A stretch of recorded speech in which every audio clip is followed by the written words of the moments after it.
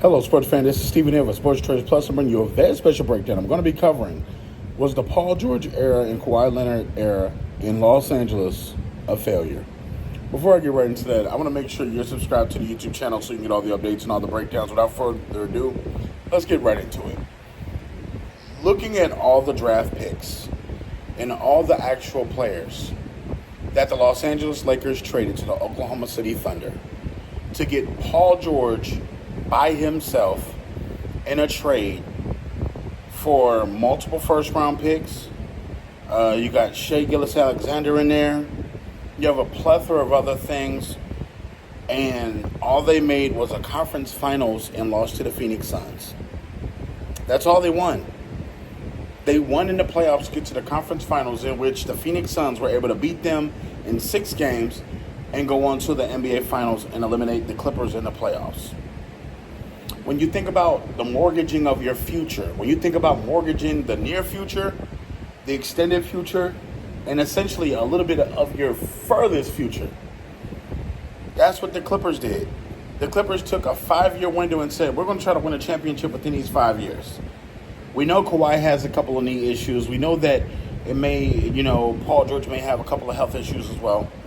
But we're going to take 5 years. And in 5 years, what do you have to show for yourself? Yeah, sure, Paul George is an all-star.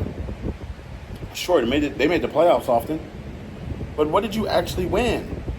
I saw people talking about how the Lakers did the same thing. But no, the Lakers won an actual title. Bubble title or not, they still won an NBA title.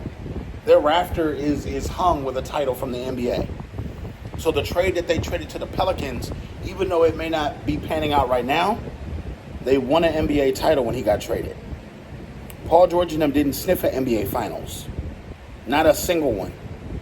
So when you think about all the things that Steve Ballmer's done with the trade for James Harden and bringing in Russell Westbrook and doing these things and bringing that in and bringing this in, your return was not good as the fruit that you're bearing. It's not. So now we're left with excuses. We're left with Lawrence Frank not doing trades, and we're left with excuses of how players got injured, but it's okay. It's a gamble. Anytime you gamble on a player and you think you get the best out of the situation and you think you get the best player on the planet at that point, reality check, snap in.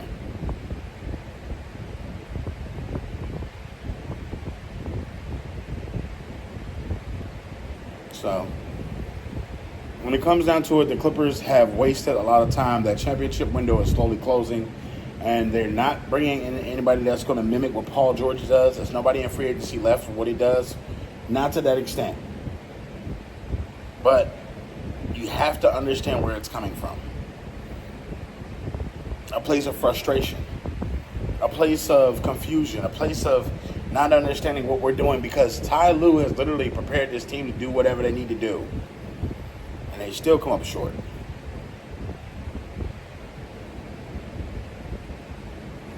It's tough. But I will say this, though. With this trade and that happened so many years ago and now free agency, the Clippers learned a very valuable lesson. You treat every superstar different. You don't cookie cut everybody and put them all in one line in one order and do this.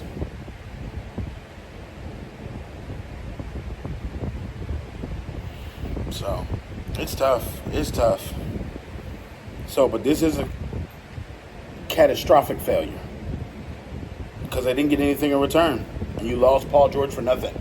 No sign and trade, no pieces, no player coming back, no nothing.